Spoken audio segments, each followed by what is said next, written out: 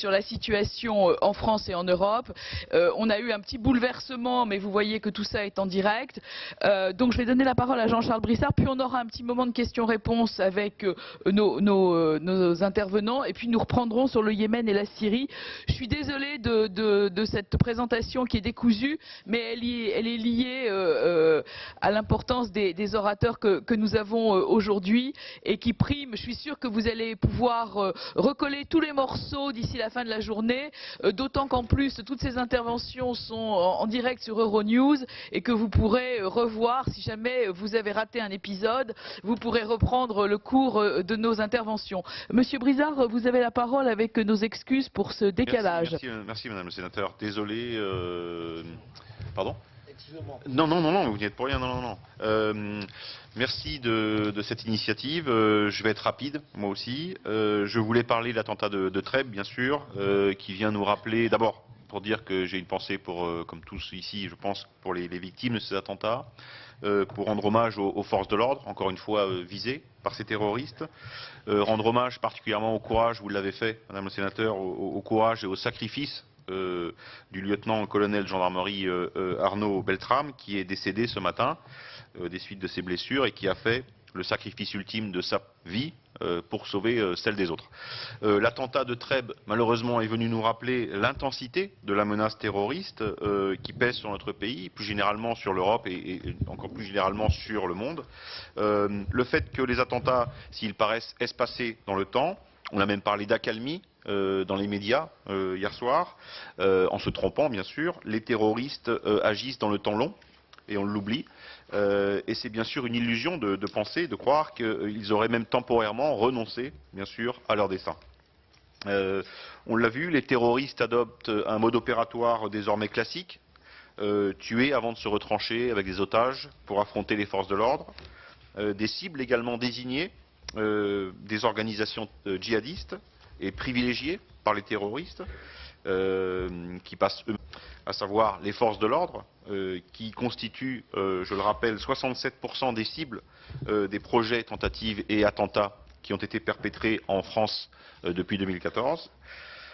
Ça signifie quoi? Ça signifie que le recul territorial de l'État islamique en Syrie et en Irak n'a pas mécaniquement réduit le niveau de la menace et que si l'offensive a certes permis d'affecter les capacités opérationnelles, temporairement en tout cas de l'organisation, notamment à frapper nos pays, elle ne les a pas réduites à néant.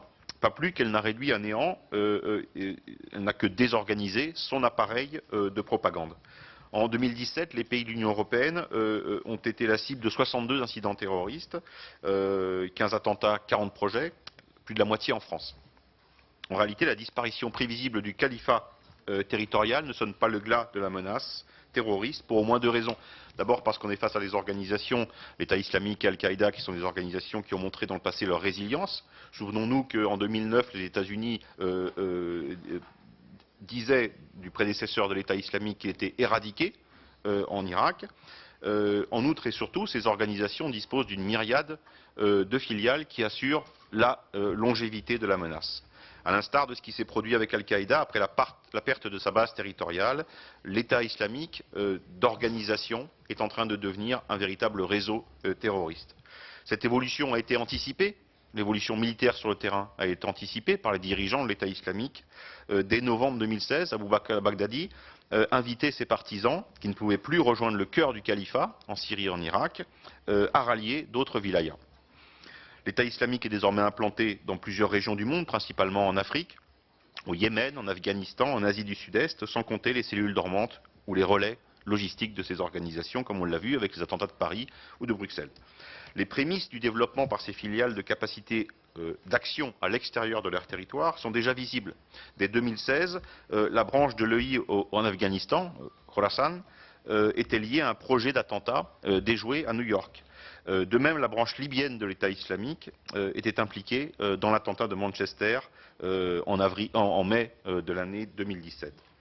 Souvenons-nous là encore de la manière dont la branche yéménite d'Al-Qaïda, AQPA, a pris progressivement le leadership de la menace globale à partir de 2009 en multipliant les projets d'attentats visant les pays occidentaux et en développant une capacité propre, unique, de propagande et de conseil opérationnel, notamment avec sa publication Inspire.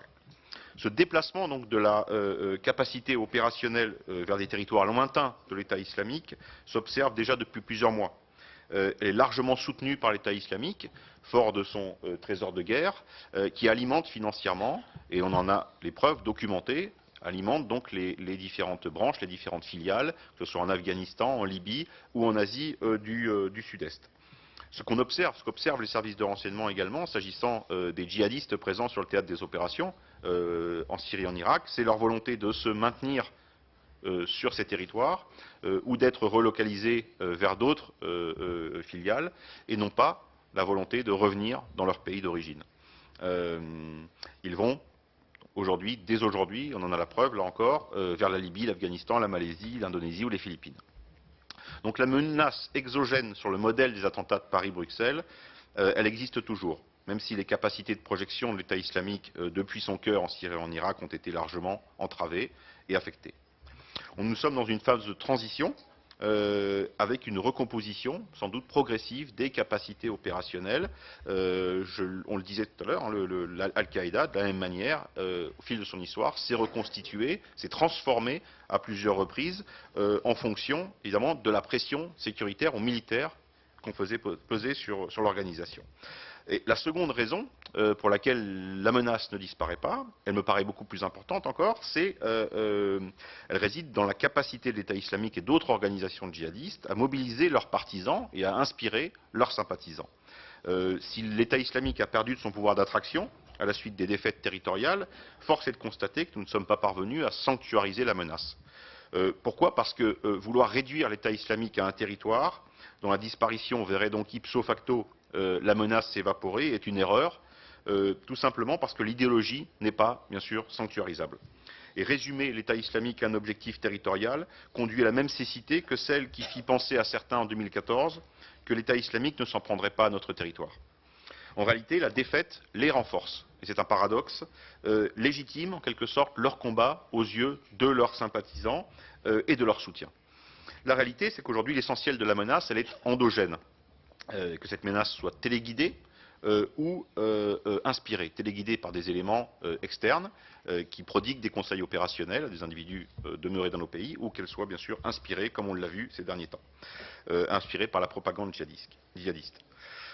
Donc la menace est diffuse, imprévisible, il n'existe plus de profil type, les modes opératoires sont improvisés, les armes sont rudimentaires, et les passages à l'acte ne suivent plus nécessairement une logique de groupe, et le lien entre ces acteurs locaux qui frappent et les organisations terroristes est de plus en plus virtuel. Ce terrorisme endogène amateur, symptôme d'une idéologie désormais durablement enracinée, n'est pas nouvelle. On l'a vu avec Al-Qaïda, les mêmes appels à œuvrer, commettre des attentats avec des armes rudimentaires. On n'a pas attendu Abu Bakr al-Baghdadi ou ses porte-paroles pour lancer ce type d'appel. Ayman al-Zawahiri, dès 2001, lançait un appel quasi identique à ceux qui seront par la suite lancés par Adnani ou ses sbires. Donc l'État islamique, de ce point de vue-là, n'a rien inventé. Il reproduit des schémas et des logiques préexistantes, à la seule différence que son message est désormais diffusé en masse et que cette force de mobilisation est encore active à l'heure où l'on parle. Cédric Masse en a parlé. Une déstructuration temporaire des capacités de diffusion. Et puis on le voit depuis maintenant quelques semaines, on retrouve un niveau de diffusion sensiblement identique à ce qu'il était l'année dernière. Donc la menace, elle ne tient pas seulement à l'idéologie, elle tient au vecteur également de cette idéologie, et c'est ce qui est important.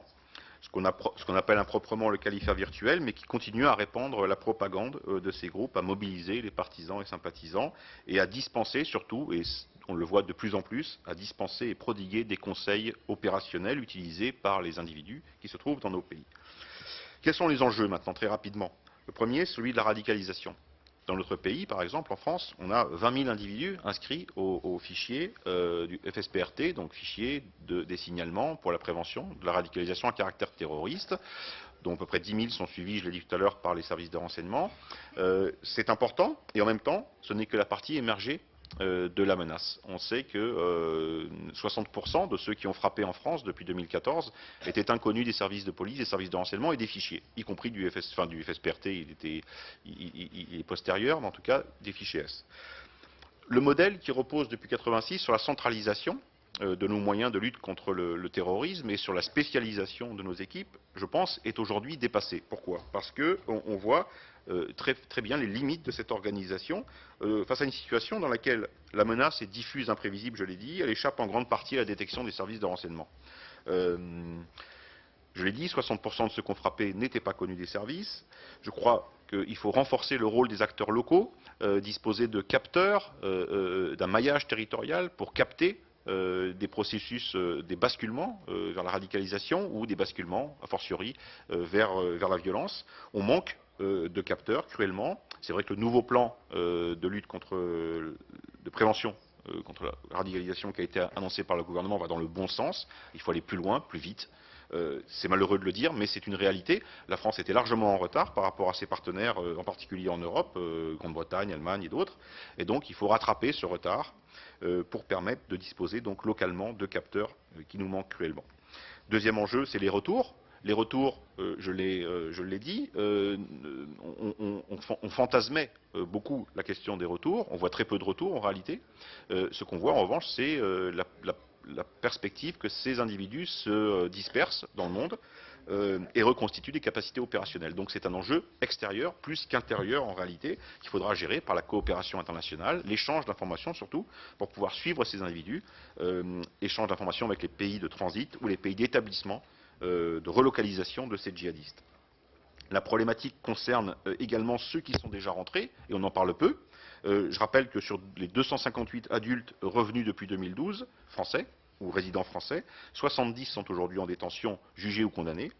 Et on a estimé, le centre, que 64% des revenants déjà condamnés depuis 2014 auront purgé leur peine d'ici 2020.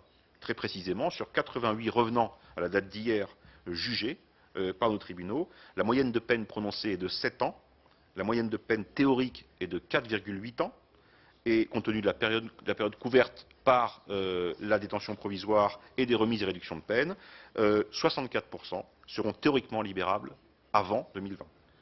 Il y a un enjeu véritable en termes de suivi de ces individus, bien sûr, post-carcéral. Il reste encore à imaginer, en dépit de ce qui est mis en place d'ores et déjà. Il faut aller, je crois, plus loin. Pourquoi? Parce qu'on le sait très bien, les revenants d'aujourd'hui sont les vétérans de demain et sont ceux qui susciteront les velléitaires d'après-demain. Donc il faut s'en occuper dès aujourd'hui et d'urgence. Enfin, des individus, bien sûr, tenteront de revenir, coûte que coûte, sur les territoires européens ou français pour y commettre des attentats. On sait déjà qu'un certain nombre d'entre eux ont pu être interceptés, qui avaient des intentions de commettre des attentats, en tout cas, à leur retour sur le sol européen. Dernier point que je voudrais relever, c'est on va parler et vous allez parler de propagande beaucoup, etc. des organisations terroristes. C'est important. Ce volet est très important, notamment par rapport aux réseaux sociaux. Ne pas oublier, et on est en train de travailler sur un programme d'études très poussé sur ce sujet, ne pas oublier l'usage opérationnel qui est fait par les terroristes au stade de la planification, préparation et de l'exécution, des réseaux sociaux, des plateformes cryptées, etc. On n'est plus dans la propagande, dans le recrutement, on est véritablement dans l'usage opérationnel. Comment ces terroristes parviennent, à travers des cas pratiques d'attentats, de projets d'attentats, parviennent à détourner ces outils de leurs fins pour mener à bien leurs opérations terroristes. Donc on y travaille et c'est également un sujet très important par rapport aux GAFAM pour les pousser, là aussi, à faire preuve de vigilance, à être capables aussi, à travers des outils qu'ils développeront, d'identifier préventivement la préparation d'actes terroristes. Merci à vous.